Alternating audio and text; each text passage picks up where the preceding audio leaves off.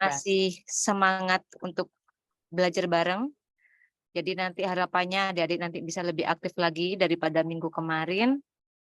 Jadi pertemuan kita nanti di minggu ini itu juga bisa mendatangkan manfaat dan juga bisa mendatangkan pengalaman dua arah bagi kita semua. Jadi saya juga mendapatkan pengalaman dari adik-adik, adik-adik juga bisa mendapatkan pengalaman dari saya. Gitu ya. Jadi minggu ini seperti yang Bu Rati singgung tadi, kita akan membahas tentang pasar konsumen dan pasar bisnis.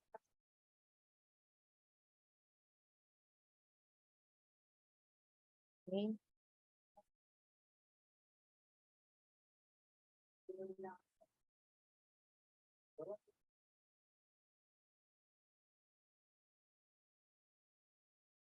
Sudah terlihat ya screen-nya? Sudah. Ampun Bu, aman. Jadi minggu ini kita akan membahas tentang pasar konsumen dan pasar bisnis. Ini ada kaitannya dengan materi minggu lalu yang kita bahas tentang riset pemasaran. Gitu. Jadi semoga saja yang minggu lalu adik-adik sudah paham, jadi bisa langsung paham juga tentang materi minggu ini. Gitu ya.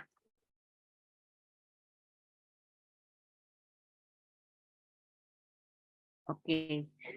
Untuk capaian pembelajarannya di topik ini, adik-adik mahasiswa itu diharapkan mampu memahami apa itu pasar konsumen dan apa itu pasar bisnis. Dan adik-adik juga mampu membedakan kedua pasar tersebut. Kemudian yang kedua, adik-adik diharapkan juga mampu memahami faktor yang mempengaruhi perilaku pembelian konsumen dan juga faktor yang mempengaruhi pembelian dari pasar bisnis atau pembelian bisnis. Kemudian yang ketiga, harapannya adik-adik bisa memahami tahapan dalam proses keputusan pembelian konsumen dan juga proses keputusan dalam pembelian bisnis. Ya. Untuk konsepnya, konsep dari pasar konsumen dan pasar bisnis. Nah, di sini pasar konsumen itu adalah pasar yang terdiri dari semua individu dan rumah tangga yang membeli atau mendapatkan barang dan jasa untuk konsumsi pribadi.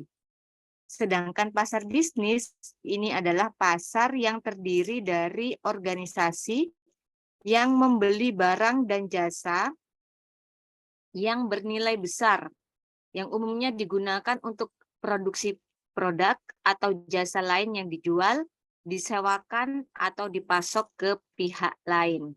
Nah, jadi di sini sudah terlihat jelas ya perbedaannya. Kalau pasar konsumen itu umumnya jumlah pembelinya itu lebih banyak karena hanya untuk dikonsumsi sendiri atau dikonsumsi pribadi sebagai kebutuhan entah itu primer, sekunder atau tersier. Kemudian kalau untuk pasar bisnis itu pembelinya lebih sedikit tetapi nilainya itu lebih besar.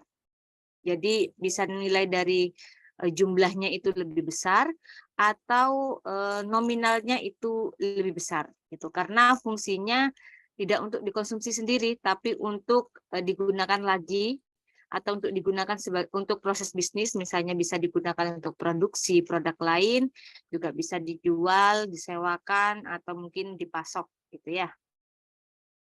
Nah, di sini saya beri salah satu contoh simpelnya agar lebih paham perbedaan dari konsep pasar konsumen dan konsep pasar bisnis, gitu ya. Kalau pasar konsumen misalnya saya atau adik-adik ini membeli sayur-sayur atau membeli baju atau peralatan rumah tangga lainnya itu di supermarket, di Carrefour atau bisa di minimarket seperti Indomaret atau Alfamart gitu ya. Nah, untuk konsumsi kita sehari-hari, gitu, untuk konsumsi pribadi. Jadi, untuk kebutuhan kita sendiri. Tapi kalau pasar bisnis, contohnya misal ada pengembang atau developer perumahan premium misalnya, itu sedang membeli lahan baru. Lahan baru ini untuk dijadikan perumahan baru nantinya, dan untuk keperluan bisnis, gitu ya. Jadi, sudah terlihat ini ya, seperti yang definisi yang sebelumnya, kalau pasar bisnis itu tujuannya untuk bisa digunakan disewa lagi atau dijual lagi. Nah itu.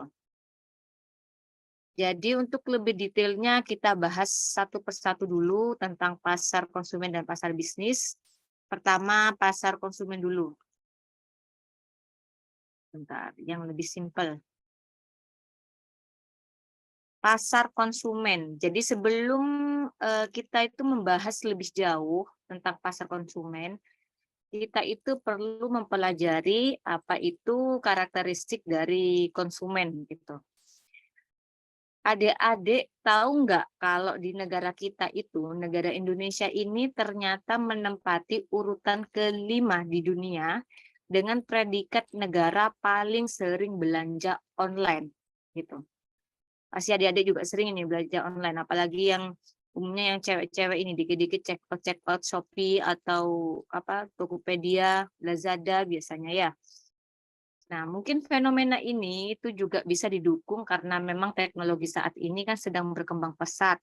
Jadi karena teknologinya berkembang, juga banyak e-commerce atau platform lain yang bisa digunakan untuk jual beli secara online gitu ya. Ini sebenarnya juga peluang besar bagi para pebisnis, terutama pebisnis baru, misalnya seperti pemula-pemula. Kalau misalnya adik-adik ini ada keinginan untuk membuka bisnis, apalagi secara online gitu. Tapi sebelum lebih jauh, misalnya kita mau membuka bisnis, kita harus paham dulu karakteristik dari konsumen itu seperti apa. Pertama, karakteristik yang pertama itu tidak memiliki planning atau perencanaan. Jadi konsumen itu cenderung masih belum memiliki perencanaan yang baik dalam berbelanja. Gitu. Jadi itulah kenapa tingkat impulsif buying atau membeli produk itu tapi tanpa rencana atau membeli secara tiba-tiba. Jadi tidak ada tujuannya, tiba-tiba kita beli saja gitu di pasar gitu. Itu tingkatnya tinggi sekali. Baik itu belanja secara online maupun secara offline. Sering nggak sih adik-adik di sini itu beli barang, tapi sebenarnya nggak tahu itu mau dibuat apa.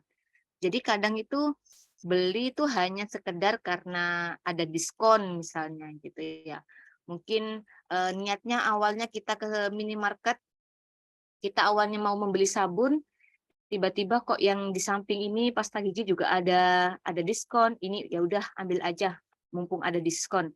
Tapi sebenarnya itu tidak direncanakan sama adik-adik. Nah, kalau seperti ini berarti juga hati-hati, adik-adik ini juga termasuk impulsive buying namanya, karena adik-adik tidak memiliki perencanaan atau planning yang baik dalam berbelanja, gitu ya. Kemudian karakteristik yang kedua itu memiliki pemikiran jangka pendek. Kebanyakan konsumen itu memiliki sifat yang terburu-buru atau tergesa-gesa, pengennya cepet-cepet gitu, pengennya yang instan gitu. Jadi banyak produk-produk yang ada di pasar itu ada yang malah tidak butuh iklan untuk mengedukasi konsumen gitu. Tapi konsumen akan langsung terpengaruh dan terpengaruh dengan produk itu dan beli gitu meskipun tidak ada iklannya. Misalnya kalau untuk cowok-cowok biasanya rokok. Kadang rokok itu tidak selalu muncul di iklan. Kadang kan ada batasan harus di atas jam 10 malam misalnya. Atau tidak semua jenis rokok itu ada iklannya. Tapi meskipun tidak ada iklan, adik-adik cenderung membeli. Bahkan banyak yang produk-produk yang justru tidak terkenal karena kita tidak tahu, tidak pernah muncul di iklan, tapi justru laris di pasaran. Gitu. Kalau untuk cewek-cewek, misalnya skincare, produk skincare yang asli di pasaran itu banyak banget. Tapi yang malah muncul di iklan itu hanya beberapa saja. Benar apa tidak?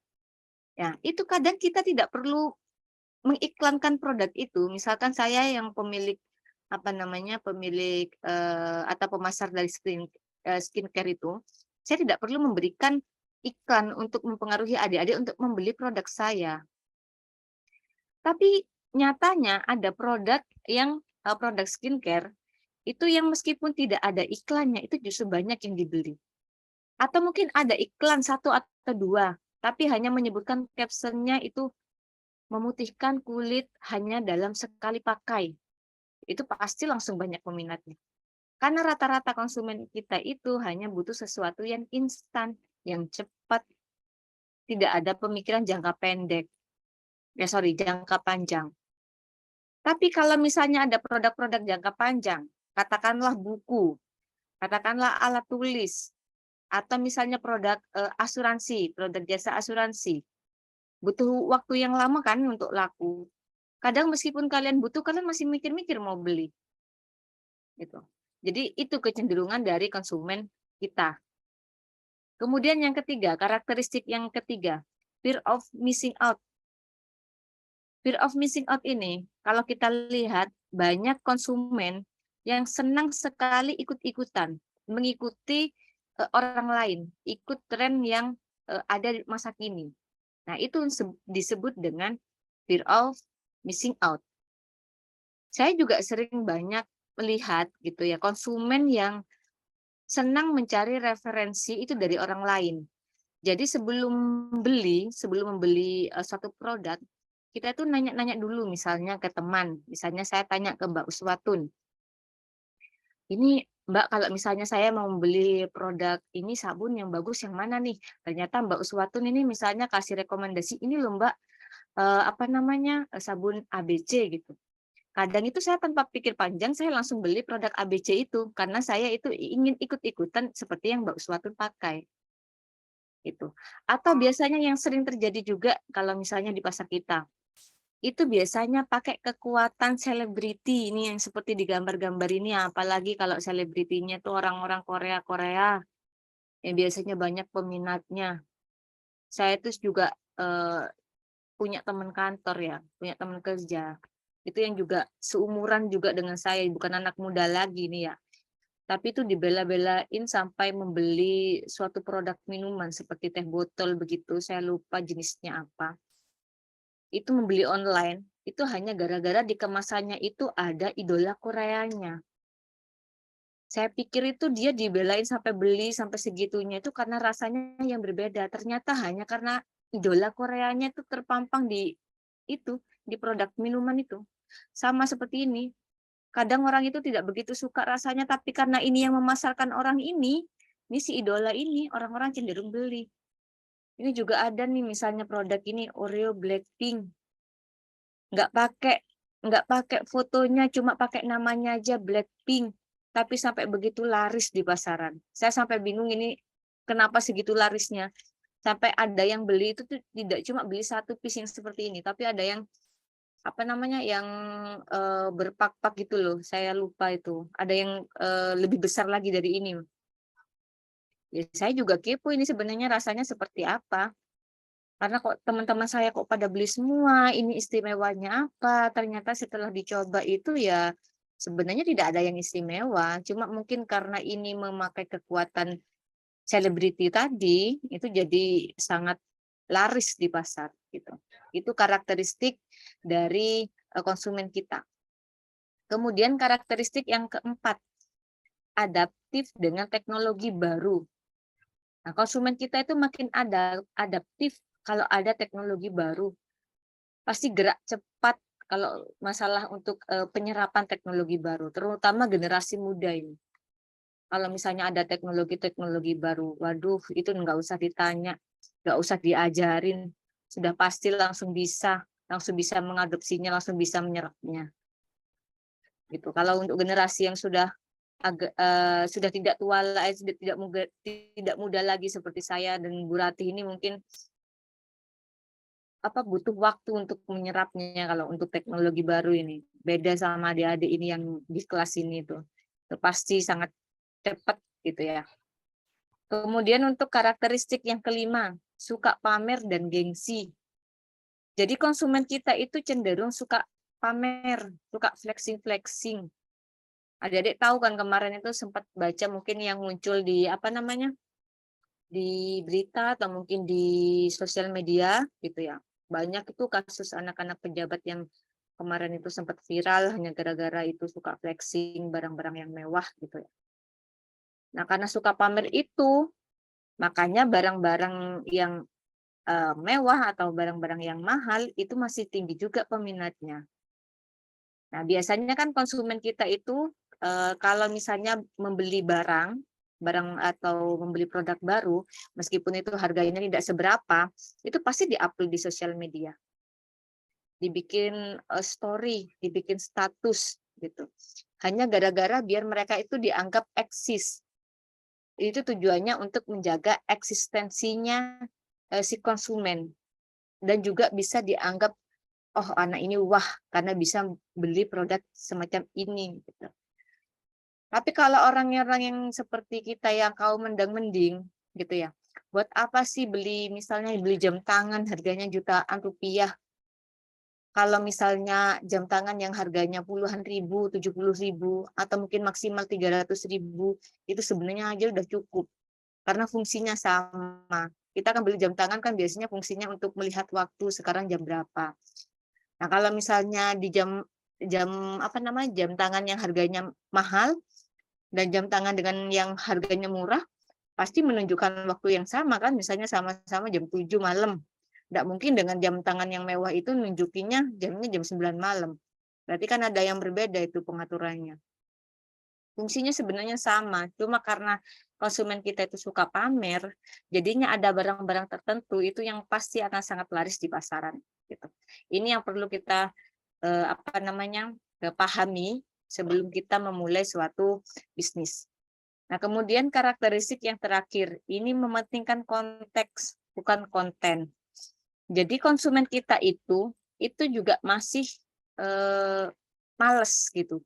Tidak suka melihat apa atau isi dari kandungan atau konten yang ada pada suatu produk.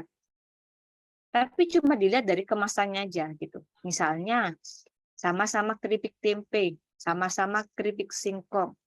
Rasanya juga sama, bahannya juga sama. Tapi orang-orang cenderung akan membeli produk yang kemasannya itu lebih menarik. Misalnya lebih memilih produk seperti Kitela dibandingkan produk yang kemasannya polos milik UMKM. Padahal harganya juga sama. Rasanya juga sama, bahannya juga sama. Gitu. Nah, konsumen kita itu cenderung menganggap kalau kemasan yang menarik itu juga diikuti dengan kualitas yang lebih baik. Padahal tidak semua produk itu yang seperti itu. Nah, kalau adik-adik sudah tahu 6 karakteristik konsumen itu seperti apa, nah adik-adik ini misalnya sebagai pebisnis atau mungkin sebagai pemasar nantinya di suatu perusahaan, jadi harus mengenali dulu keinginan dan kebutuhan dari konsumen adik-adik itu apa. Jadi harus tahu dulu misalnya mau membuat produk baru ya, membuat bisnis baru. Jadi harus tahu dulu siapa sih konsumen dari adik-adik itu gitu. Konsumen dari produk adik-adik itu. Kemudian harus cari tahu persepsi atau preferensi dari konsumen kita itu terhadap produk kita itu seperti apa. Atau mungkin adik-adik ini bisa pakai hasil dari riset pemasaran yang diperoleh sebelumnya gitu ya. Sampai di sini bisa dipahami ya tentang karakteristik konsumen? Bisa ya? Bisa, Bu. Terima kasih. Lanjutnya ke faktor. Faktor-faktor yang mempengaruhi perilaku pembelian konsumen. Gitu.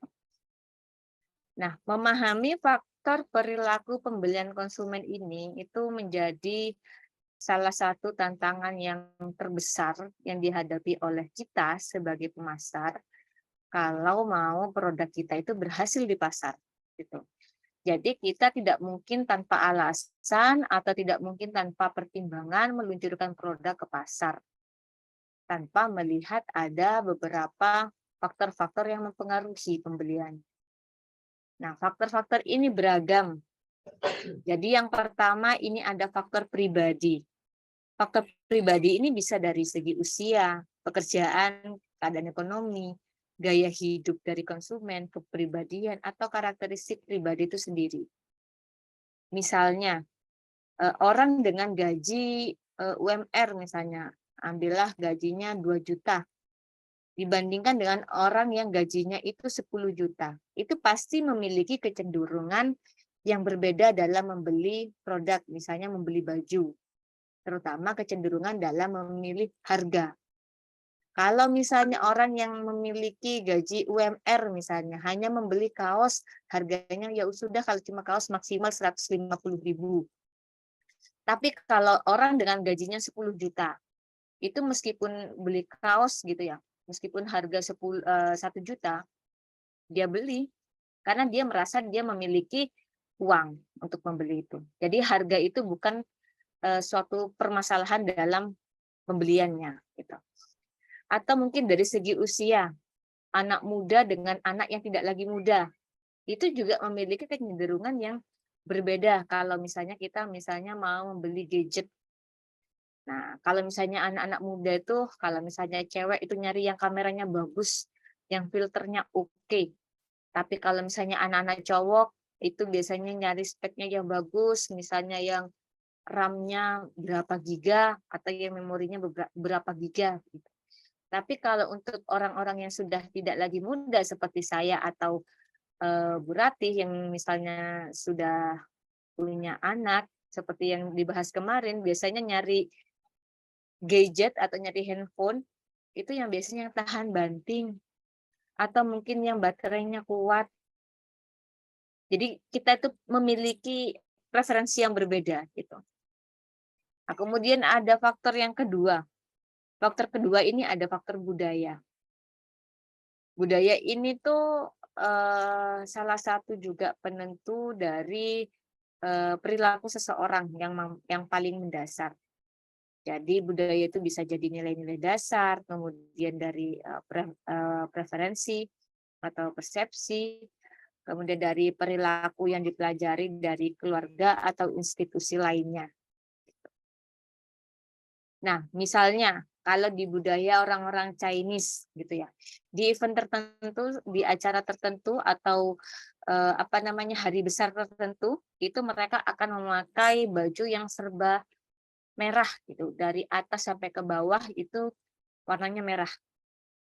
Jadi kalau misalnya ada hari besar itu pembelian baju merah itu pasti sangat tinggi. Atau mungkin kalau Idul Fitri, mayoritas orang-orang itu pasti akan cenderung mayoritas akan membeli baju Muslim yang warnanya putih. Jadi kalau misalnya hari Lebaran gitu, mepet-mepet hari Lebaran, biasanya penjualan baju Muslim dan juga penjualan baju yang berwarna putih itu sangat tinggi. Gitu. Jadi tergantung dari perilaku yang dipelajari dari keluarganya atau budayanya itu. Kemudian faktor yang ketiga itu bisa jadi faktor sosial. Faktor sosial ini juga mempengaruhi karena faktor sosial ini meliputi kelompok referensi.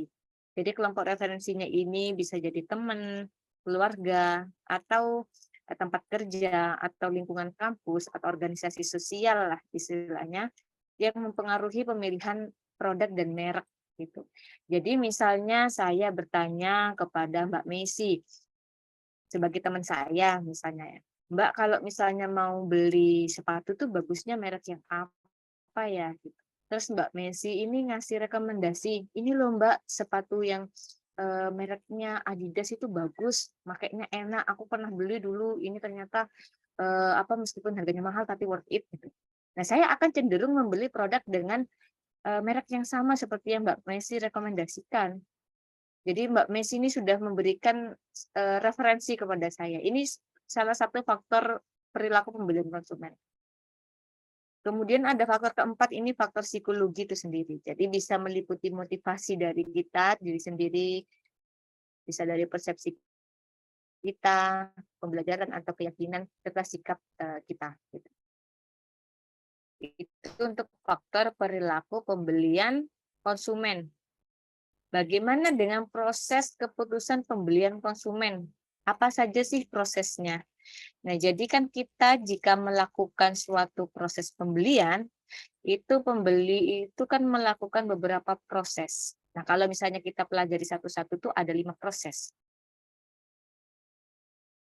Proses yang pertama itu pengenalan kebutuhan. Jadi sebelum membeli itu konsumen itu akan kenal dulu atau mengenali dulu masalah atau kebutuhannya itu apa yang sekiranya itu dapat dipuaskan oleh produk atau jasa yang ada di pasar. Kemudian tahap yang kedua itu pencarian informasi. Nah, setelah kita tahu kalau kita itu punya masalah atau kita punya kebutuhan, terus kita tahu produknya yang bisa dipuaskan itu apa, kita itu akan cari tahu. Kita sebagai konsumen itu akan mencari tahu informasi yang lebih banyak tentang produk atau jasa itu, yang kita kira itu bisa memuaskan diri kita. Tuh. Kemudian tahap yang ketiga ada evaluasi alternatif. Nah, jadi setelah kita mendapatkan beberapa banyak informasi tentang suatu produk, nah kita sebagai konsumen itu kemudian mengevaluasi merek ataupun dari sekelompok pilihan atau list-list pilihan atau list-list merek lainnya gitu. Jadi kita evaluasi satu-satu. Setelah kita evaluasi, baru tahapnya adalah keputusan pembelian. Nah, misalnya kita sudah yakin di satu merek tertentu, kemudian kita akan membuat keputusan untuk benar-benar membeli produk atau jasa tersebut. Nah, setelah kita beli bagaimana? Ada perilaku pasca pembelian namanya. Ini adalah tahap yang terakhir. Nah, biasanya kan kalau kita membeli suatu produk, itu kita kan diminta apa ya namanya? Diminta untuk memberikan testimoni atau review. Jadi kita sebagai konsumen itu puas atau tidak puas dengan produk itu, gitu ya. Saya kasih contoh misalnya saya ini sebagai konsumen itu sedang butuh handphone baru, gitu. Karena kan handphone saya misalnya yang sebelumnya itu memorinya sudah full, kemudian akhirnya sering tiba-tiba mati, gitu ya. Tapi saya tuh nggak tahu mau beli handphone yang jenis yang mana. Lalu saya cari informasi di internet atau browsing-browsing, kemudian saya cari informasi melalui teman, kemudian saya cari di sosial media gitu ya. Saya cari tuh dengan apa kata kunci handphone apa sih yang bisa ngasih saya atau menawarkan saya memori yang cukup gede, yang besar. Karena saya kan keluhan saya, masalah saya kemarin di handphone saya itu karena memorinya selalu full. Padahal saya tidak menyimpan apa-apa atau menggunakannya hanya sebatas untuk telepon misalnya. Nah, kemudian hasil dari kepo saya itu, dari browsing di internet, di sosial media, tanya sana-sini, ternyata itu yang muncul itu produk iPhone. Saya masih nggak yakin, masa iya sih produk iPhone gitu. Akhirnya saya cari alternatif merek lain.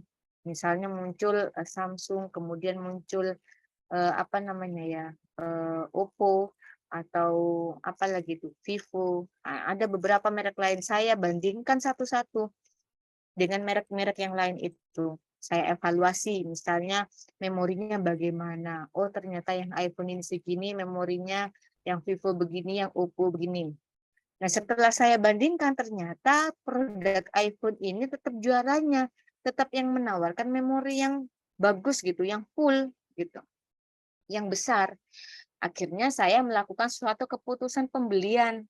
Saya akhirnya benar-benar mau membeli produk iPhone itu, saya ke gerainya, saya beli, dan saya memakai. Gitu. Dan setelah saya membeli dan memakainya misalnya 6 bulan gitu, saya baru ngasih ini review pasca pembelian. Nah, kalau ternyata produk iPhone ini ternyata itu menjawab kebutuhan saya yang butuh handphone dengan memori yang bagus gitu. Jadi saya merasa puas dengan produk iPhone itu. Jadi kebutuhan saya atau masalah saya itu kelar, beres hanya dengan iPhone gitu ya. Nah, ini dari contoh ini kan bisa dipahami tuh ya, proses-proses keputusan dari pembelian konsumen, kurang lebih seperti itu. Rata-rata kita juga melakukan ini, cuma tidak begitu teoritis lah ya. Jangankan membeli barang yang harganya itu atau nilainya itu besar, bahkan untuk membeli misalnya hanya sekedar nasi goreng saja, itu kita biasanya masih mencari informasi tuh nasi goreng mana yang paling enak atau yang paling recommended di daerah Semarang gitu ya. Apalagi kita di sana misalnya jadi mahasiswa baru, kita masih tidak begitu hafal gitu ya. Daerah-daerah kampus ini yang nasi goreng yang recommended ini yang mana gitu. Hampir sama prosesnya. Nah, ini adik-adik ya kalau dalam perilaku konsumen.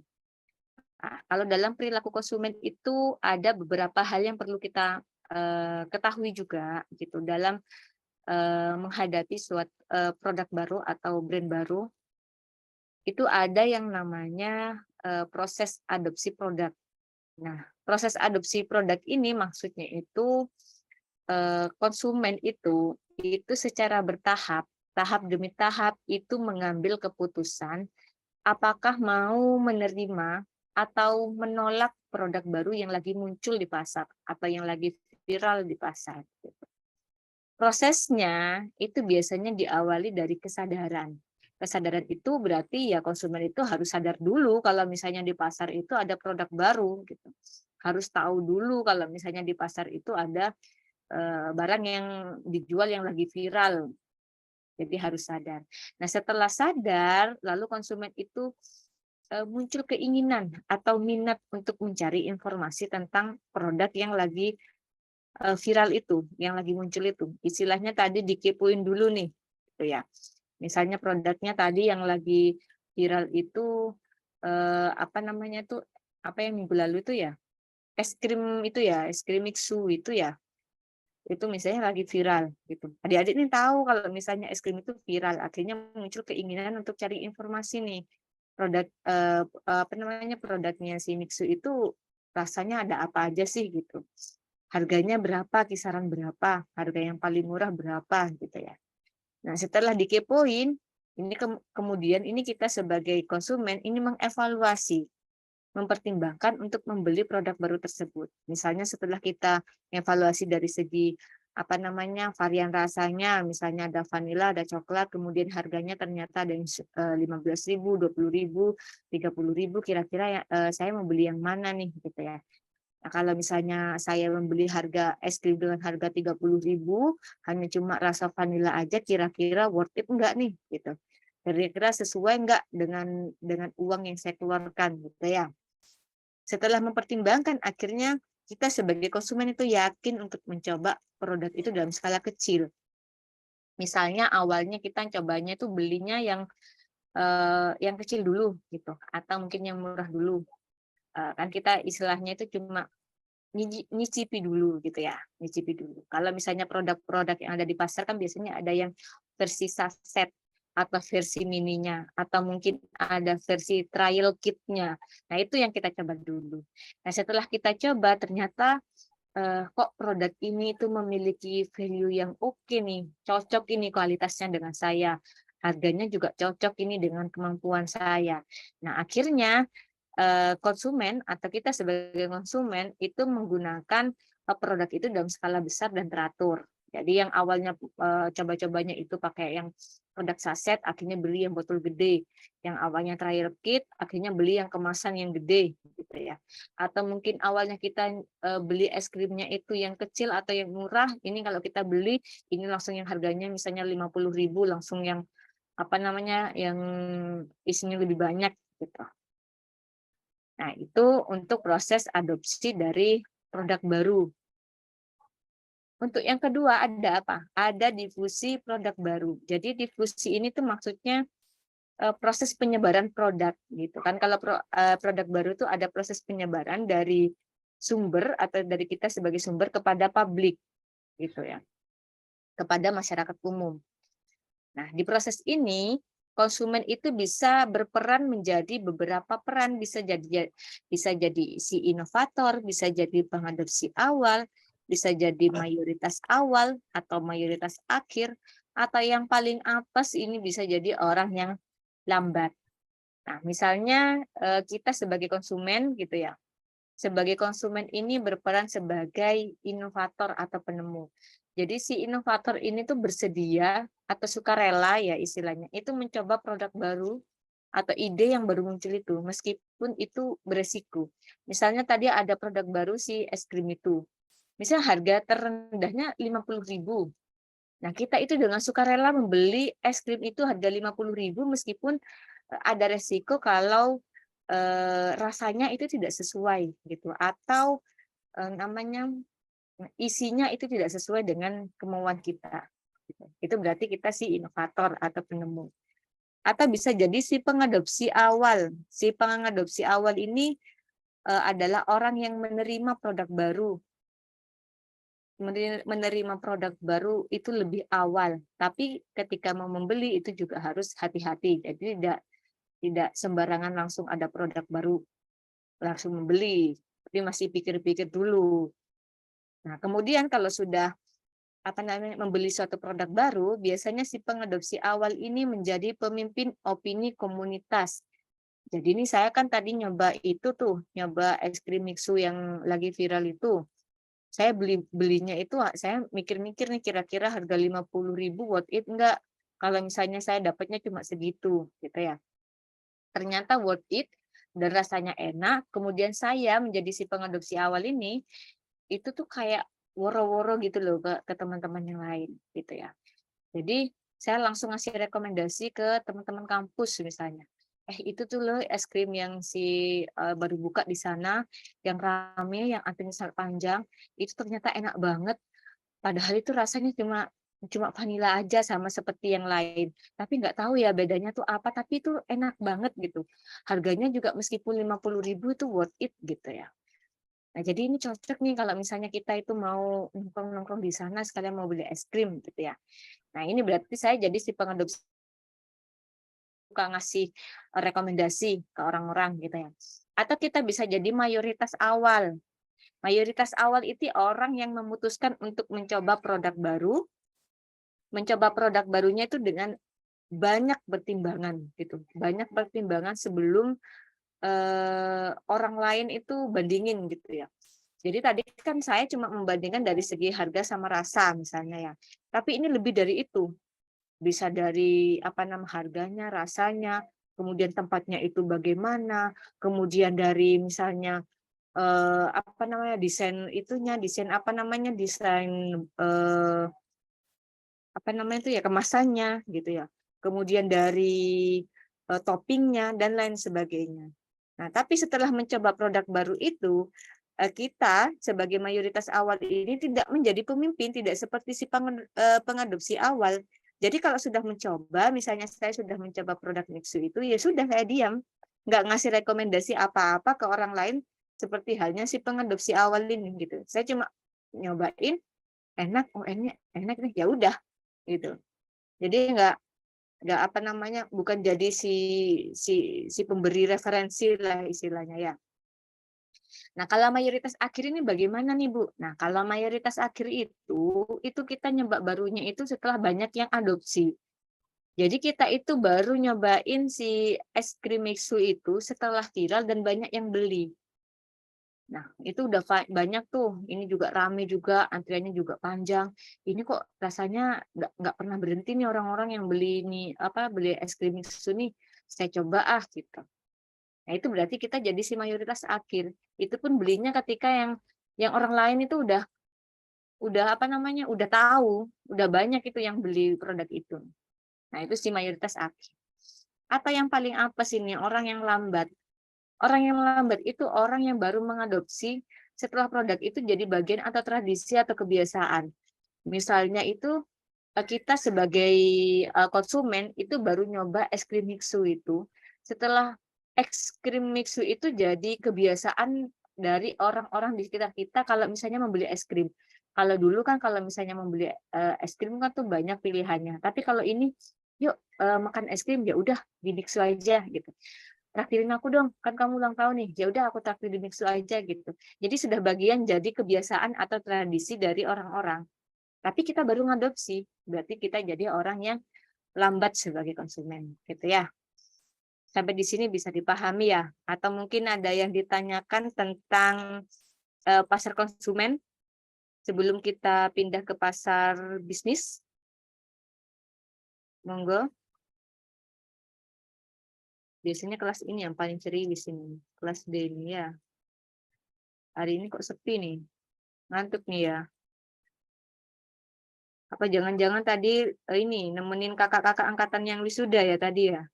Jadi sudah mulai capek ini. Ayo mungkin ada pertanyaan nih. Saya beri waktu untuk adik-adik yang mau bertanya tentang pasar konsumen. Bagaimana?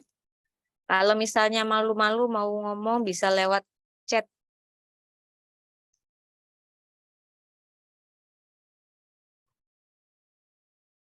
Tidak ada yang bertanya? Kalau tidak ada yang bertanya, kita langsung bahas ke pasar bisnis ini loh. Halo? Ada orang? Lanjut, Bu, lanjut. Terima kasih konfirmasinya. Saya lanjut ya. Saya lanjut ke pasar bisnis. Ini kok tiba-tiba tempatnya gelap. Lampunya mati nih. Lagi mati lampu Bu Julia. Oh, enggak, Bu. Ini kebetulan lampu belajarnya. Oh, je. Bentar ini. Nah, kita lanjut ke pasar bisnis, gitu ya. Pasar bisnis. Oke. Kalau untuk faktor-faktor yang mempengaruhi pembelian bisnis, ini sebenarnya hampir mirip dengan pasar konsumen gitu ya. Jadi pasar bisnis itu juga ada faktor-faktor yang mempengaruhi pembeliannya gitu, tapi faktor yang paling umum atau paling utama yang menjadi alasan itu adalah faktor ekonomi gitu. Karena kan kalau bisnis itu kan kita harus mencari keuntungan yang semaksimal mungkin dengan modal yang seminimal mungkin. Jadi alasan ekonomi itu adalah alasan yang paling klasik atau alasan yang paling sering digunakan oleh para pebisnis atau pemasar ketika melakukan suatu pembelian bisnis gitu. Tapi faktor ekonomi itu bukan faktor satu-satunya gitu. Jadi ada beberapa faktor lain yang itu bisa mempengaruhi dari pembelian bisnis. Yang pertama itu faktor lingkungan. Faktor lingkungan ini termasuk juga faktor ekonomi tadi, juga termasuk tingkat suku bunga, kemudian situasi politik, kemudian regulasi atau peraturan yang ada di sana, kemudian kondisi persaingan itu seperti apa. Nah, kalau faktor lingkungan ini, itu kan tadi sudah saya mention, sudah saya sebutkan kalau faktor yang penting karena kan tujuannya di sini adalah untuk pembelian bisnis gitu. Nah, kalau misalnya saya kasih contoh untuk tingkat suku bunga ya. Tingkat suku bunga itu kan kalau dulu itu di industri itu berlomba-lomba itu menggunakan transaksi menggunakan US dollar. Nah, tapi kan saat ini tingkat suku bunga tuh naik turun dan apa namanya US dollar juga fluktuatif, kadang naik juga kadang turun gitu. Akhirnya karena berdampak pada keuntungan yang diperoleh dari suatu bisnis, akhirnya banyak industri yang berusaha untuk mengurangi transaksi mereka menggunakan US dollar. Gitu. Ini termasuk dalam faktor lingkungan. Kemudian yang kedua kita punya faktor organisasi. Jadi faktor organisasi ini misalnya ada purchasing department upgrading. Ini tuh maksudnya kalau di dunia bisnis itu biasanya kan adanya tuh departemen purchasing atau departemen pembelian. Nah, tapi seiring berjalannya waktu departemen purchasing ini di-upgrade jadi departemen procurement atau departemen pengadaan. Nah, bedanya apa kalau purchasing department atau departemen pembelian itu dulu fokusnya hanya untuk membeli barang-barang pokoknya dengan biaya yang rendah. Tapi kalau misalnya di departemen procurement atau pengadaan, fokusnya tidak hanya di biaya, tapi juga di kualitas atau nilai yang bagus atau yang baik gitu. Nah, kemudian ada faktor lain yang namanya peran lintas fungsi. Jadi kalau dulu misalnya di organisasi itu yang boleh melakukan pembelian itu hanya pemasar yang senior saja gitu ya. Tapi saat ini kalau misalnya ada pemasar yang junior tapi kompeten gitu juga bisa melakukan pembelian gitu. Jadi tidak memandang yang namanya jabatan atau struktur tugas. Kemudian ada yang namanya pembelian terpusat. Nah, pembelian terpusat ini itu umumnya terjadi di perusahaan, mayoritas perusahaan yang ada gitu, termasuk di perusahaan tempat saya bekerja. Jadi kalau misalnya departemen personalia misalnya membutuhkan sesuatu, yang membeli itu bukan departemen personalia, tapi departemen purchasing atau pembelian. Nah, misalnya lagi ada departemen gudang ini juga butuh sesuatu, misalnya butuh kertas atau butuh karton. Yang beli itu bukan departemen gudang, tapi departemen purchasing atau pembelian pusat. Gitu. Kemudian di sini ada yang namanya pembelian desentralisasi. Ini untuk barang-barang yang nilainya kecil. Misalnya itu departemen personalia tadi itu butuh gula atau kopi di kantor biasanya untuk konsumsi dari tim itu pribadi gitu. Nah, itu bisa dibeli sendiri tanpa harus melalui departemen pembelian pusat gitu. Atau mungkin butuh staplesnya habis tapi hanya untuk digunakan di lingkup timnya sendiri. Nah, itu juga bisa dibeli sendiri tanpa harus melalui departemen pembelian pusat. Nah, itu ya. Kemudian ada e-purchasing. E-purchasing ini pembelian melalui internet. Sekarang kan lagi hype itu yang sesuatu yang berhubungan internet karena lebih praktis dan juga lebih cepat. Nah, itu salah satu faktor yang mempengaruhi pembelian bisnis. Kemudian faktor ketiga ada faktor antar pribadi. Jadi faktor antar pribadi itu maksudnya itu beberapa partisipan atau beberapa pembeli itu memiliki minat, wewenang, dan daya persuasif yang berbeda. Jadi misalnya saya ini sebagai tim departemen pemasaran, kemudian ada Mbak Zalfa, Mbak Zalfa ini sebagai tim departemen personalia misalnya gitu ya. Nah, itu sama-sama membutuhkan laptop. Saya dan Mbak Zalfa ini butuh laptop untuk pekerjaan gitu. Tapi pastinya saya dan Mbak Zalfa ini memiliki memiliki minat yang berbeda. Misalnya kalau saya sebagai tim pemasaran ya sudah hanya butuh laptop dengan spek yang biasa saja. Yang penting bisa untuk membuat laporan atau membuat PowerPoint gitu ya. Tapi kalau Mbak Zalfa ini butuh laptop dengan spesifikasi yang lumayan tinggi karena tim personalia mungkin digunakan untuk sistem payroll atau penggajian gitu ya. Jadi butuh spek yang lebih tinggi dari laptop yang saya minati gitu. Atau ada faktor keempat. Nah, faktor keempat ini faktor dari individu itu sendiri. Sama seperti faktor pada pasar konsumen.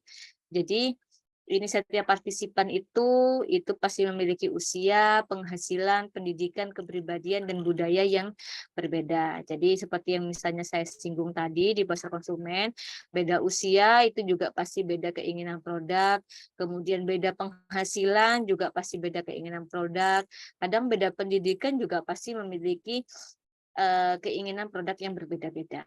Nah, ini keempat faktor yang umumnya itu diidentifikasi sebagai faktor perilaku pembelian bisnis, gitu ya. Tapi ada faktor lain nih adik-adik yang muncul di dunia bisnis gitu ya, yang kadang-kadang muncul di dunia bisnis, terutama untuk adik-adik yang mungkin nanti bekerjanya itu di industri manufaktur gitu ya. Itu ada yang namanya produksi ramping atau lean production gitu ya. Jadi kalau produksi ramping itu terutama kalau misalnya di industri manufaktur, karena kita kan harus seefektif dan seefisien mungkin gitu ya. Jadi kita tuh hanya boleh misalnya membeli produk itu dengan harga yang rendah gitu, tapi fungsinya sama. Misalnya saya tadi dan Mbak Zalfa juga sama-sama butuh laptop gitu ya. Ya, kita sama-sama butuh laptop, tapi karena kita bekerja di industri manufaktur dan kebetulan industrinya itu juga sedang melaksanakan produksi ramping, jadi saya itu dianjurkan untuk membeli laptop yang harganya murah saja gitu. Saya dan Mbak Zalfa gitu ya. Kemudian mungkin ada juga faktor lain yang ini juga kadang-kadang muncul.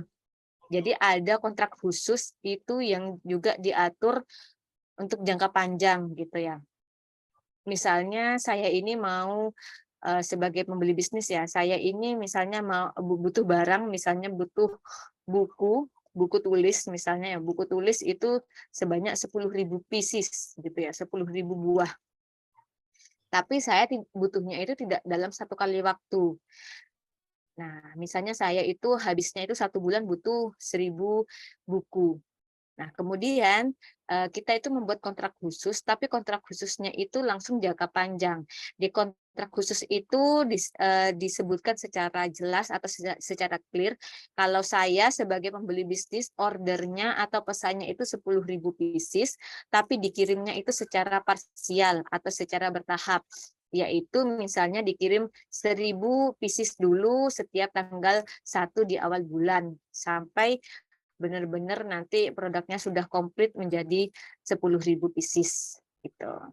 Nah, kenapa kalau ini biasanya dibuat jangka panjang? Karena kan kalau misalnya di bisnis, kalau misalnya membuat sedikit-dikit gitu membuat kontrak itu biasanya kan butuh waktu atau take time, atau kadang itu butuh biaya yang lebih gitu. Jadinya ya udah sekalian aja bikin satu kontrak yang panjang gitu agar kita lebih hemat misalnya gitu. Nah, atau biasanya munculnya ini faktor lain biasanya inventaris atau apa namanya persediaan itu dikelola oleh vendor. Nah, ini juga terjadi di perusahaan saya. Jadi kita sebagai pemasar itu tidak bisa memilih atau memutuskan untuk membeli satu produk di merek tertentu gitu. Karena semua persediaan atau inventaris itu biasanya diatur oleh tim atau orang tertentu, misalnya diatur oleh vendor langsung. Nah, kalau misalnya di tempat saya bekerja itu kan saya kan bekerja di perusahaan garment, itu bahan baku yang paling vital itu kan kain. Nah, kalau misalnya kainnya itu habis gitu ya, saya sebagai tim pemasar itu tidak bisa langsung, oh saya mau membeli kain ini, membeli kain jenisnya sama, jumlahnya sesuai, suppliernya sama gitu ya. Itu tidak bisa. Jadi semuanya itu diatur oleh brand langsung gitu. Jadi kalau misalnya saya ada kekurangan kain, saya itu langsung menginfokan kepada buyernya, kepada brandnya. Ini loh brand saya ini kekurangan kain, misalnya kurang 1.000 yard. Ini gimana? Apakah kamu akan mengurangi orderannya kepada saya atau tolong kamu pesankan kain yang sama gitu. Jadi diatur oleh satu tim sendiri atau satu orang tertentu. Nah, gitu ya. Ini umumnya itu untuk barang-barang yang sifatnya itu vital. Jadi itu untuk faktor perilaku pembelian bisnis. Nah, bagaimana untuk proses keputusannya, Bu? Proses keputusan pembelian bisnis. Apakah sama dengan proses keputusan pembelian konsumen? Nah, kalau proses keputusan pembelian bisnis ini sebenarnya lebih kompleks adik-adik. Dan itu sifatnya profesional. Kalau tadi kan kalau di pasar konsumen, kita sebagai konsumen misalnya menginginkan produk sayuran. Jadi kita bisa langsung pergi ke supermarket untuk membeli sayuran gitu. Tapi kalau untuk pembelian bisnis itu sifatnya lebih profesional.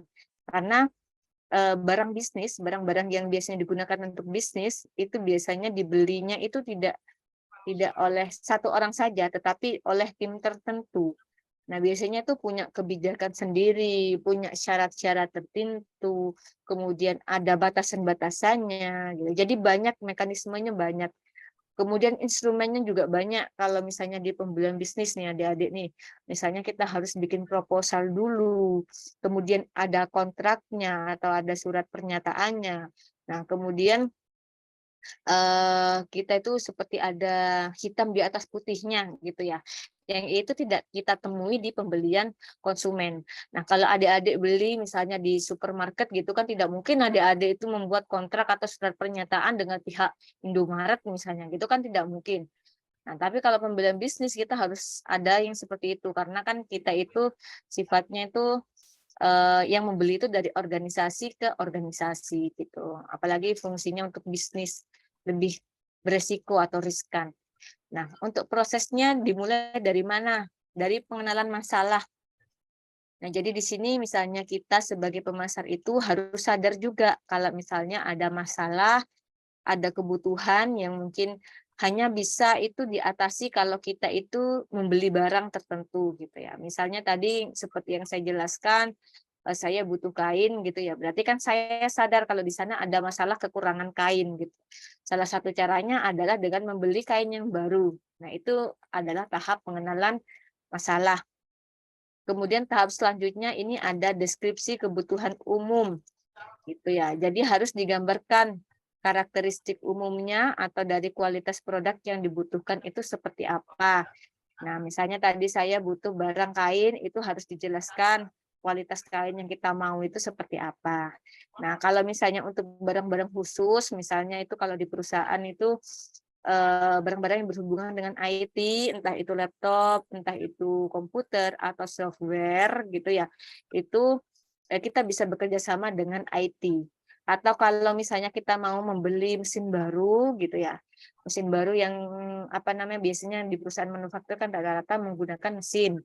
Nah, itu kita juga bisa bekerja sama dengan insinyur atau pihak lain yang expert di mesin tersebut gitu. Jadi ini untuk menghindari kita itu istilahnya membeli kucing dalam karung gitu. Jadi harus dijelaskan deskripsi kebutuhan umumnya. Kemudian selanjutnya yaitu spesifikasi produk. Nah, spesifikasi produk ini di tahap ini tuh perusahaan itu akan memutuskan atau menetapkan spesifikasi produk terbaik untuk produk yang diperlukan. Misalnya tadi saya dan Mbak Zalfa itu kan butuh laptop misalnya gitu. Laptopnya itu adalah untuk apa namanya untuk pembelian bisnis. Misalnya bukan cuma satu atau dua laptop, tapi untuk pengadaan untuk satu kantor baru misalnya gitu ya. Nah, itu harus ditetapkan produknya itu yang diperlukan itu produk yang apa, misalnya speknya yang bagaimana, terus kemudian yang apa namanya butuh software apa aja misalnya gitu ya, atau butuh apa namanya itu ya, kalau misalnya di laptop itu saya lupa mungkin memakai apa namanya, memakai hardware yang seperti apa itu saya kurang tahu. Nah, misalnya sebutuh yang seperti itu harus ditetapkan dulu. Misalnya kita mengajukan kan ke Departemen Pemasaran ya. Jadi nanti si kepala pemasarannya itu menetapkan ternyata yang bagus itu yang terbaik itu adalah produk yang seperti apa misalnya, oh yang produknya yang laptopnya yang seperti ini misalnya gitu. Nah, itu ditetapkan dulu. Nah, setelah ditetapkan produknya itu seperti apa, baru kita mencari pemasoknya atau mencari vendornya. Nah, pencarian pemasok itu bisa kita melalui internet atau mungkin kita menelpon perusahaan lain. Jadi kita minta referensi gitu ya, untuk minta referensi atau rekomendasi dari perusahaan lain. Atau mungkin kita bisa melihat iklan, misalnya laptop yang cocok untuk digunakan di perkantoran itu seperti apa. Gitu. Banyak cara untuk mencari pemasok ini adik-adik ya. Kemudian kalau sudah tahu pemasoknya apa, misalnya kita punya tiga teratas pemasok yang terbaik dalam pengadaan laptop kantor misalnya. Nah, kita itu sebagai tim pemasar langsung mengumpulkan proposal. Mengumpulkan proposal ini bukan kita yang mengumpulkan proposal, tapi kita itu meminta pemasok atau vendornya itu untuk membuat proposal ke kita. Gitu. Jadi untuk membuat penawaran ke kita, misalnya dari pemasok 1 itu harganya per laptop itu 17 juta, pemasok 2 18 juta, pemasok 3 19 juta dengan spesifikasi yang sekian gitu ya. Nah, itu mengajukan proposal. Nah, setelah mengajukan proposalnya sudah dikumpulkan oleh tim pemasar, kemudian tim pemasar ini akan mengumpulkan kepada pihak-pihak yang berkepentingan, misalnya pihaknya itu ke direktur atau mungkin ke kepala pemasarannya, itu untuk direview lagi, direview ulang proposalnya. Nah, kalau misalnya tadi kan ada 3 pemasok, setelah direview ulang ternyata yang terbaik itu ternyata pemasok 1 yang harganya 17 juta. Sudah murah, ini kualitasnya juga oke, gitu ya. Itu pemilihan pemasok. Kalau pemasoknya sudah dipilih, baru kita melakukan spesifikasi pesanan rutin.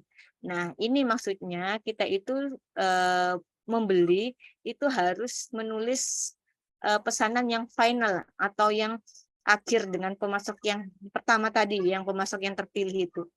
Jadi kita di sini itu menyebutkan misalnya spesifikasi laptopnya itu apa, terus kemudian jumlah yang kita pesan itu berapa, misalnya jumlahnya 100 gitu ya.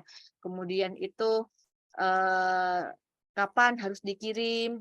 Nah, kalau misalnya mau kita retur itu bagaimana kebijakan returnya. Kemudian kalau misalnya sudah dikirim, punya jaminan nggak kalau laptop itu bakal safe sampai di perusahaan kita atau bakal oke penggunaannya gitu ya.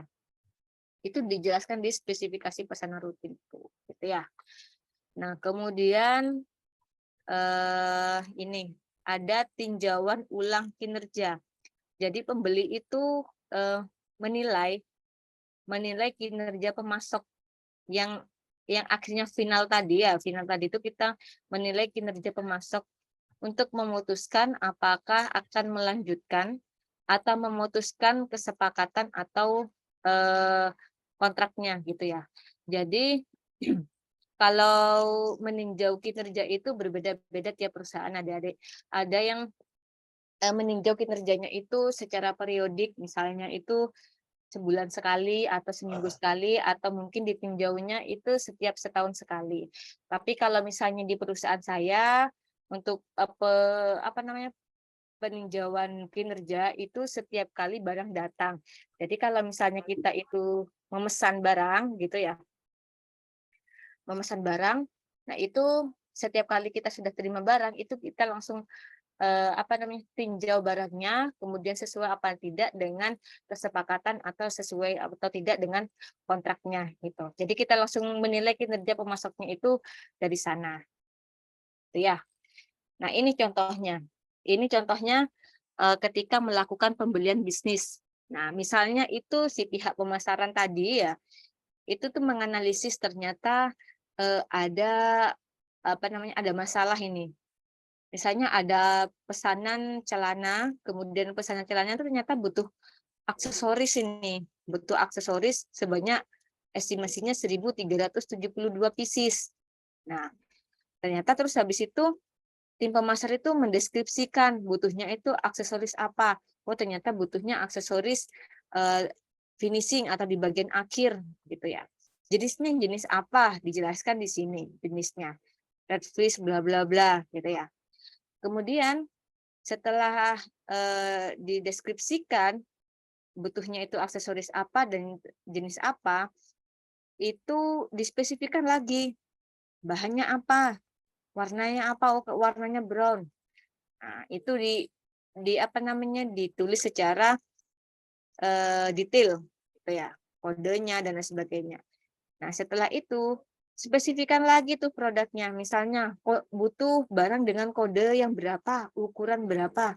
Oh, ternyata kodenya 28, 253. Size-nya berapa, ukurannya berapa. Ternyata size-nya ini sekian. Ini adalah bahasa pergermenan ini sebenarnya yang dia ada ya. Size-nya sekian gitu ya. Nah, setelah dispesifikan lagi, itu berarti lanjut si pemasar ini mencari supplier. Mencari supplier, cari browsing di internet, ternyata yang bisa provide atau menyediakan item yang seperti ini, yang kita butuhkan ini, ternyata misalnya ada 3 supplier gitu. Kemudian kita evaluasi dan ternyata menjatuhkan pilihan di satu supplier. Nah, ketika supplier terbaik itu sudah dipilih, nah kita sebagai tim pemasar itu kemudian berkomunikasi dengan pihak suppliernya itu. Kemudian pengajuan proposal atau pengajuan penawaran, kira-kira harganya satu piece-nya berapa gitu ya. Kemudian proposalnya itu direview, kita ajukan kepada kepala pemasaran kita gitu ya. Ini bos, ternyata ada supplier yang bisa provide barang yang kita butuhkan, harga satu piece-nya sekian gitu. Nah, ini kalau saya lihat-lihat kualitasnya sudah sesuai nih bos sama brand kita gitu ya. Nah, setelah si bos ini kemudian ketok palu, oke kita akan pesan di supplier ini, baru kita drop order atau melakukan pembelian. Nah, kalau zaman sekarang kan melakukan pembelian sudah bisa melalui online ya adik-adik ya, melalui website. Nah, ini adalah salah satu contoh website dari supplier gitu ya. Jadi kita langsung order di sini, langsung melakukan pesanan di sini. Ditulis secara detail, stylenya itu seperti apa, kodenya bagaimana, jumlahnya berapa, gitu ya. Nah, dari sini yang tampak di screen ini kita juga bisa memonitoring kedatangan barangnya, itu bagaimana posisi barangnya sekarang sudah ada di mana, gitu. Kita bisa monitoring. Nah, kita juga akan review. Setelah itu review kinerja suppliernya. Kan tadi itu kinerja suppliernya itu di reviewnya berbeda-beda. Nah, ini saya reviewnya itu ketika barang datang gitu ya. Saya kan tadi kan ordernya 1.372 piece. Nah, berarti ketika barang datang, saya mereview kinerjanya itu dari 3 item. Barangnya itu ya item pertama atau aspek yang pertama, barangnya itu dikirim on time apa tidak. Kalau dikirim on time berarti kinerja supplier dalam delivery ini bagus. Kemudian kuantitinya atau jumlahnya itu sesuai apa enggak? Tadi kan kita ordernya 1.372 pieces. Nah, ini datangnya berapa? Kalau datangnya itu sama persis 1.372 pieces, itu berarti kinerjanya bagus karena sesuai dengan kesepakatan. Kemudian ada aspek yang ketiga tentang kualitasnya. Jadi kan setiap barang yang datang itu kita selalu cek kualitasnya. Nah, kalau kualitasnya ini oke, bagus atau sesuai dengan standar kita semuanya gitu. Berarti kinerja dari supplier itu bagus. Nah, dari sini kan kita bisa menilai, kita sebagai tim pemasar bisa menilai kinerja supplier secara keseluruhan itu bagaimana. Kalau misalnya bagus, kita mau melanjutkan kontrak atau tidak. Kalau misalnya jelek, kita mau memutuskan kontrak atau tidak. Itu keputusannya tergantung kita sebagai pemasar ini adik-adik ya. Nah, contoh pasar bisnis bagaimana Bu? Di sini saya memberikan gambaran bagaimana pasar bisnis untuk produk fashion yang familiar di kalangan anak-anak muda saat ini, generasi milenial. Saya sebut misalnya brandnya Uniqlo gitu ya. Jadi pasar bisnis untuk produk Uniqlo ini itu dimulai dari pabrik tekstil. Nah, ini pabrik tekstilnya itu yang ada di Cina gitu ya. Nah, produk tekstilnya ini prosesnya memintal benang menjadi kain. Ketika benangnya sudah jadi kain, kainnya kemudian dijual ke pabrik garment untuk diproses menjadi barang-barang fashion yang sesuai dengan kemauan brand gitu ya.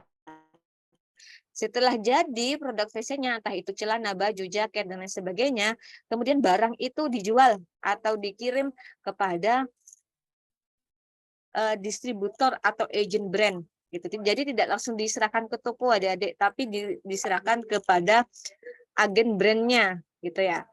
Nah, nanti sama agen brandnya itu dicek ulang standarnya oke apa tidak, barang ini layak apa enggak nih kalau misalnya kita jual gitu.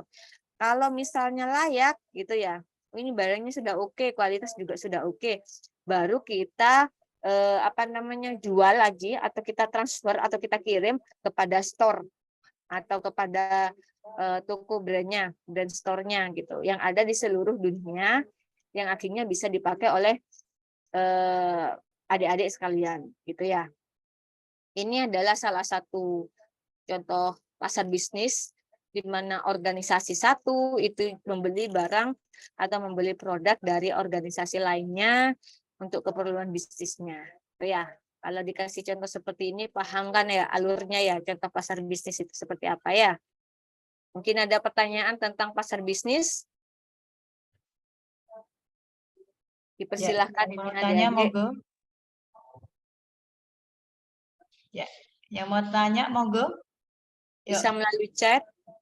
boleh ya. Ada yang mau tanya? Saya Bu. Iya, Ya. monggo. Silakan sebentar ini saya spotlightnya aja. Mas siapa tadi ya? Yang tanya Mas Syafanda ya? Iya Bu. Iya, silakan Mas Muhammad Syafanda. Perkenalkan nama Muhammad Syafanda Diki Intan Faikat, NPM 228100144. Izin bertanya sama Bu Yulia. Kan ini tentang pasar bisnis.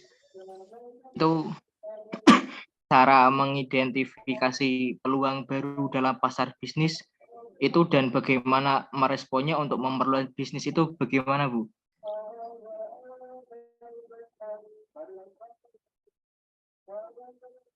Terima kasih. Jadi apa cara identifikasi peluang di pasar bisnis dan apa, Mas? Dan memperluas bisnisnya gitu, Bu. Oke.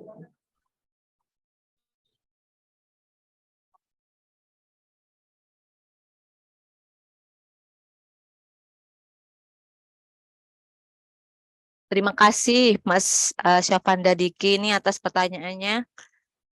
Bagaimana cara mengidentifikasi peluang di pasar bisnis dan bagaimana cara memperluas bisnisnya gitu ya. Nah, kalau di pasar bisnis cara mengidentifikasi peluangnya sebenarnya hampir sama, Mas. Karena ini sebentar saya. Nah, hampir sama. Jadi kita kalau mau mengidentifikasi peluang ya kita harus lihat pasarnya dulu. Yang lagi apa namanya yang pasar butuhkan itu saat ini tuh apa. Kita bisa melakukan riset seperti yang minggu lalu kita bahas gitu ya.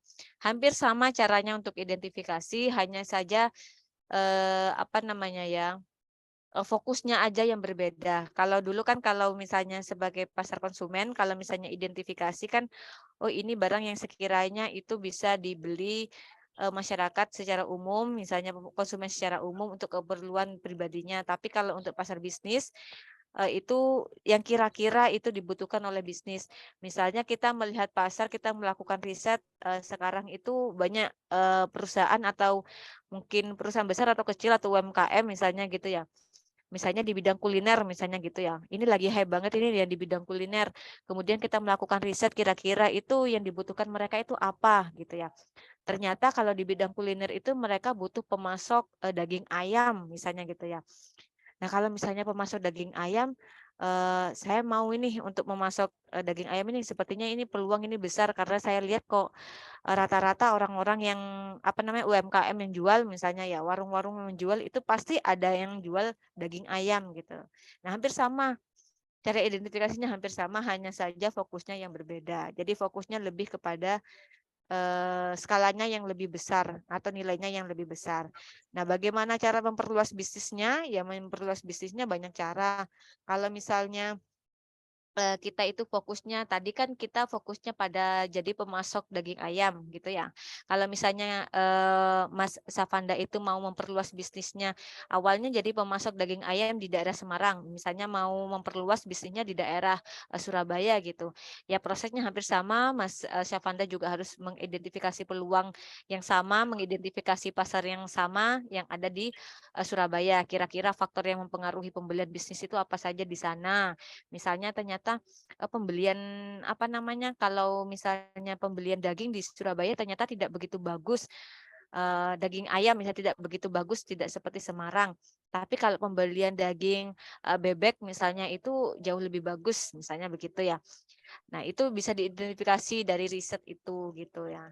Nah, dari faktor-faktor misalnya dari faktor apa namanya ini lingkungan. Nah, faktor ekonomi kemudian faktor apa persaingan di sana juga bisa diidentifikasi. Misalnya kan di Surabaya itu ternyata yang lebih ini yang lebih apa yang lebih hype itu ternyata daging bebek. Akhirnya Mas Syafanda ini maunya itu memasuki peluang untuk memasok daging bebek kepada warung-warung atau bisnis-bisnis UMKM yang ada di Surabaya.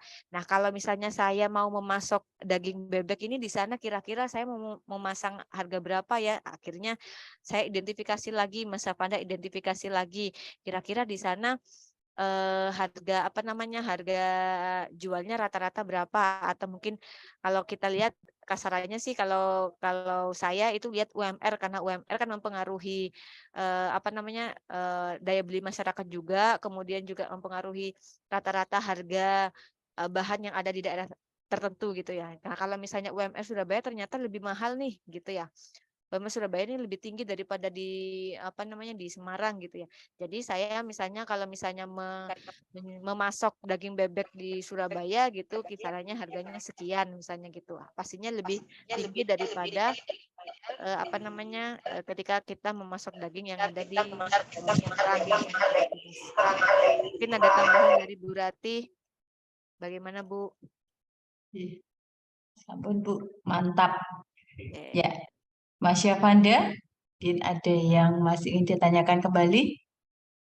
Berarti kalau dalam memperluas bisnis tadi harus melihat model yang ada atau tidak perlu, Bu? Melihat apa? Model? Modal. Oh, Modal. Iya. Oh, modal. Ya, dilihat juga kemampuan dari Mas Syafanda bagaimana. Itu kan tapi kan kalau pembelian bisnis itu kan kita tidak ini ya Mas ya, apa namanya? Apa istilahnya ya? Memang kan skalanya memang besar, tidak seperti kita ketika kita melakukan pembelian kepada konsumen pada umumnya. Jadi memang jangan sampai Mas Syafanda hanya punya modal 1 juta gitu, tapi Mas Syafanda ini mau memasok kepada apa namanya warung-warung besar dan itu juga skalanya besar, banyak lagi gitu. Yang itu kalau dinilai-nilai itu modalnya bisa sampai 100 juta misalnya gitu ya. Berarti kan Mas Syafanda sebenarnya bisa masuk gitu, bisa memanfaatkan peluang itu. Cuma kalau untuk ekspansi memang Mas Syafanda butuh modal. Itu.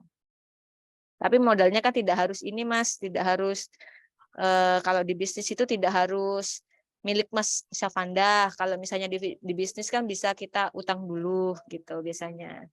Jadi kalau misalnya di perusahaan saya ya, itu kan bahan bakunya itu mahal. Kalau misalnya kain, aksesoris itu mahal.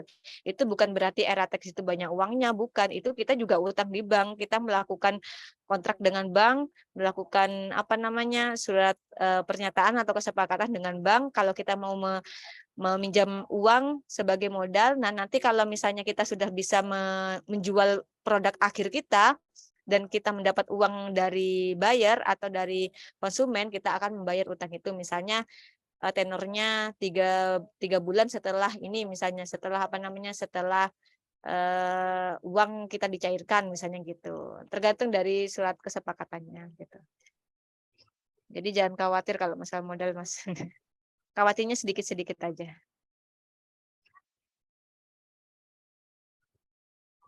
Ya, gitu Mas Syafanda. Oke? Iya, sudah Bu. Terima kasih Bu Yulia. Oke. Sama-sama. Matur nuwun Bu Julia. Oke, nah ini ada Mbak Uswatun Hasanah Bu yang bertanya melalui kolom chat.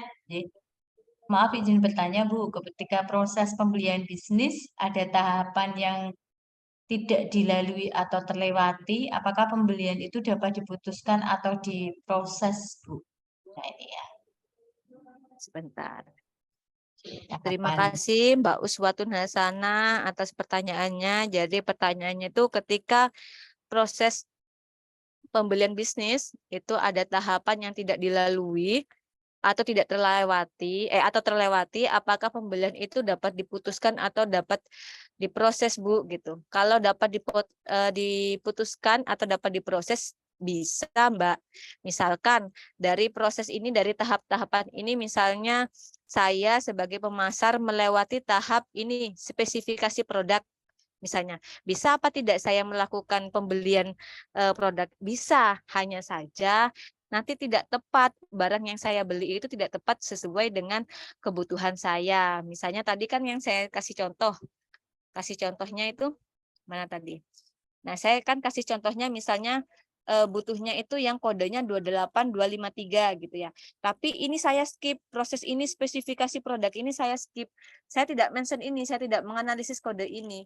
Ya, saya hanya tetap bisa melakukan pembelian bisnis untuk item ini, tapi kemungkinan nanti yang akan apa namanya yang akan datang produk yang akan datang ke saya itu kodenya tidak sesuai dengan yang saya mau atau yang saya butuhkan gitu. Tetap bisa tapi salah nanti Mbak. Gitu Mbak Uswatun. Iya Kalau Bu. melewatkan. Mungkin ada tambahan dari yang lain mungkin atau dari Bu Rati. Tentunya kalau tahapan itu harus terlewati semua ya, Bu. Ya, kalau mau produknya itu nanti sesuai Bu dengan yang Sesuai kita sih harap. Iya, spesifikasinya produknya ya, Bu. iya, betul. Karena ini Tapi pembelian bisnis ya, karena kelihatannya kalau bisnis itu kan menghindari untuk menghasilkan produk yang cacat gitu, J, Bu, karena itu bet- akan nanti menambah biaya ya. Itu betul, betul. Oke. Nah, kegagalan produk itu memang sangat dihindari Mbak Uswatun ya. Karena kalau bisa kan produk ya semuanya nanti bisa apa namanya terpacking, terjual, tidak ada produk yang gagal. Nah, ini ya. Jadi karena itu tentunya tahapan ini memang harus dilakukan step by step.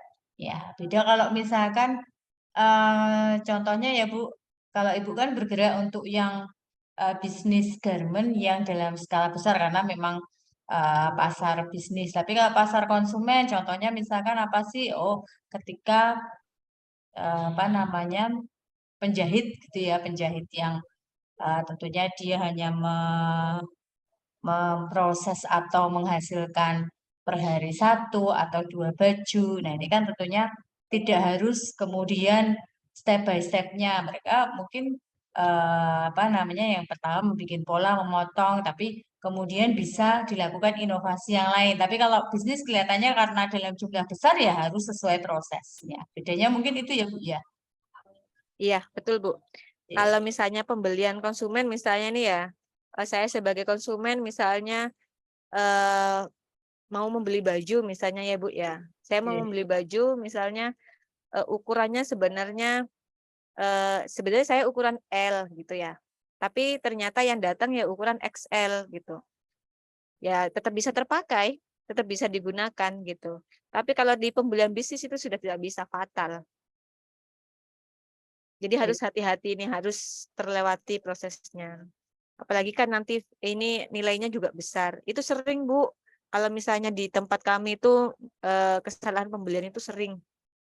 Hanya gara-gara salah kode atau salah warna. Jadi kalau di kami itu kan ada warna itu kan ada kodenya.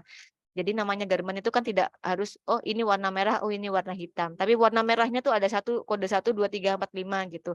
Misalkan keinginannya tuh kodenya 1, tapi karena kita itu melewati spesifikasi produk ini, akhirnya yang datang itu kode 2, itu sering banget seperti itu. Iya. Karena kesalahan dari ketidaktelitian dari tim pemasar kita.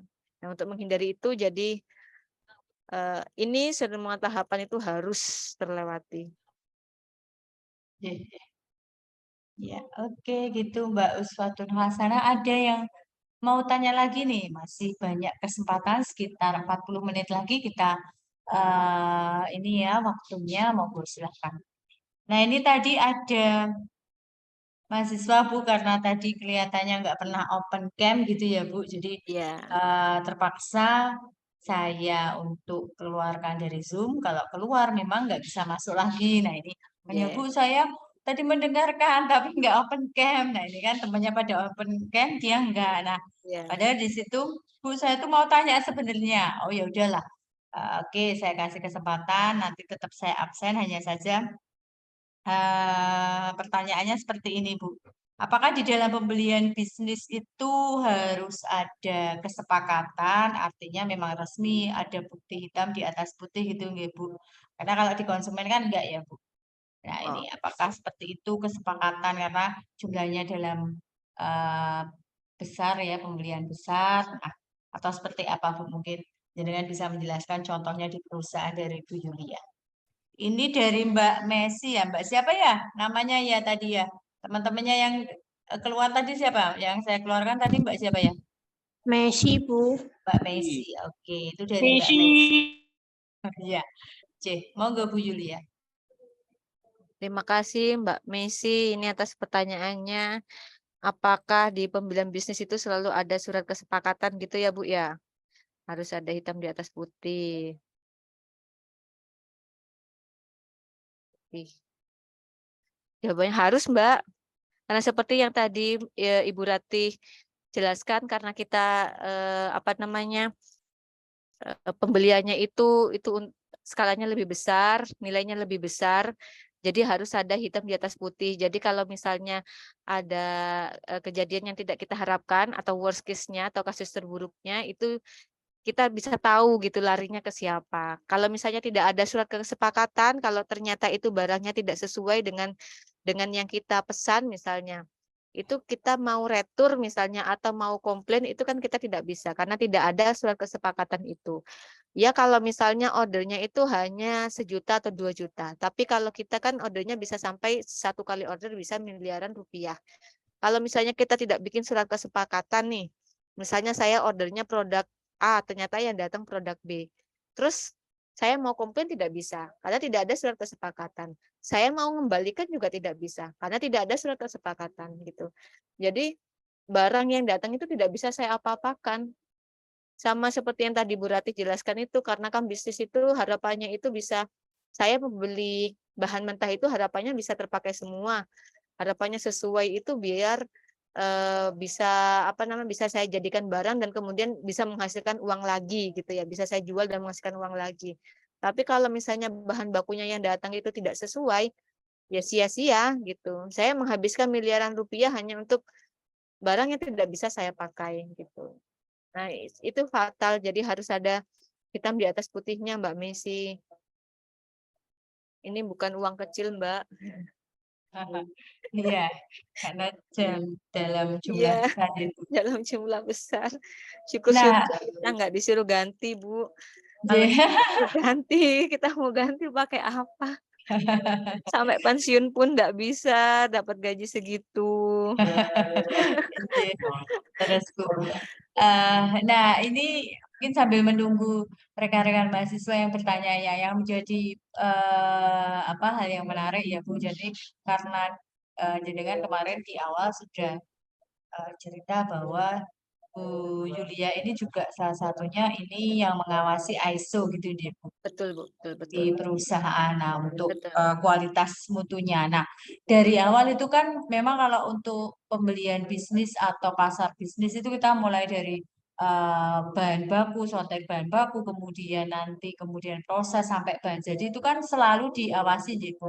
Iya, Bu, betul. Ya, ada bagiannya tersendiri. Nah, Betul. kalau misalkan untuk suppliernya, nah, suppliernya sendiri itu apakah juga kemudian ada proses tender atau seperti apa Bu? Atau mencari sendiri perusahaan untuk pemasoknya sendiri? Oke. Kalau di perusahaan tempat saya bekerja, Bu, ada 2. Jadi kalau pemasok itu ada yang nominated by buyer atau dipilih oleh brand, ada yang satu kita cari sendiri. Jadi tim pembelian, tim purchasing itu cari sendiri. Nah, ini tergantung dari jenis ininya, Bu, jenis produknya. Nah, untuk produk-produk yang vital, tadi seperti yang saya jelaskan untuk kain, itu produk yang vital itu ditentukan oleh buyer. Jadi kita tidak bisa memilih pemasoknya, kita tidak bisa memilih jenisnya, kita tidak bisa memilih suppliernya. Gitu, Bu. Jadi kalau misalnya ada kekurangan kain atau misalnya ada yang salah dari kain, kita kembalikan lagi ke brand. Ini loh kan kamu ngasih rekomendasinya supplier ini, kamu ngasih kodenya seperti ini, hasilnya seperti ini loh. Terus ternyata suppliermu ini kinerjanya nggak bagus, efeknya begini loh. Ternyata barangnya kurang, ternyata kualitasnya jelek. Nah gitu. Jadi kalau misalnya ada apa-apa dengan bahan baku itu bukan tanggung jawab dari kita sebagai perusahaan, bukan tanggung jawab dari Eratek gitu. Karena itu kan kita hanya menerima gitu. Tapi kalau yang kedua untuk apa namanya bahan baku yang kecil, misalnya aksesoris itu kita cari sendiri, Bu. Tim pembelian itu cari sendiri. Jadi ada dua untuk tahap C Bu, atau dua cara C. Oke, nah monggo untuk rekan-rekan yang ingin bertanya, silakan. Nah, ini juga ya, sebagai tambahan juga ini Bu ya, tadi mengenai surat kesepakatan itu ya. Nah, kalau untuk perusahaan yang sudah bersertifikat ISO 9001, itu bahkan setiap surat kesepakatan atau hitam di atas putihnya dari setiap transaksi itu harus didokumentasikan dan itu harus dikumpulkan di ISO. Jadi saya sebagai dokumen controller, jadi semua dokumen yang ada di perusahaan itu harus saya keep dan itu nanti ketika ada audit itu akan random tanyanya Bu Kat. Jadi kalau misalnya dia minta, oh saya minta surat kesepakatan ketika kamu beli benang kodenya ini gitu. Jadi kita harus provide. Kalau kita tidak bisa provide itu kita dianggap tidak menerapkan ISO 9001 dengan baik gitu. Jadi harus dokumentasi itu harus ada, wajib ada. Tuh sebagai tambahannya Bu. Nah, harus terdokumentasi dengan baik gitu, J. Betul. Karena itu tulisannya dengan perusahaan besar gitu, J. Betul Bu. Arsip yang harus bagus. Mungkin di kami juga walaupun kita bergerak di industri jasa pendidikan gitu, J, Bu, tapi tetap ada. Jadi untuk pengarsipan itu ada dari mulai coding, karena dulu ada pelatihan ya untuk pengarsipan. Itu memang perlu ternyata, Bu, J, karena itu nanti untuk menjamin mutu pendidikan tersebut. Jadi enggak morat-marit untuk arsipnya. Betul. J, J, J. Oke, nah monggo silahkan teman-teman yang ingin bertanya mengenai pasar konsumen dan pasar bisnis. Ya, silahkan. Ini saya sengaja kasih waktu yang lebih panjang untuk tanya jawab ini Bu, untuk kelas ini. Karena pengalaman yang kelas yang kemarin itu ternyata pertanyaannya banyak. Kelas kemarin banyak Iya, banget sampai kurang banyak. waktunya ya, Bu. Betul. Nah, biasanya kan kelas ini yang paling rame. Iya. Saya kira pertanyaannya bakal lebih banyak, jadi saya agak kebut. Oke, Mas Zidan ini mau tanya Mas Zidan? Iya, Bu. Oh enggak. Oke. Ini yang enggak open cam, ayo. Ya. Ada Wahyu. Ada Wahyu.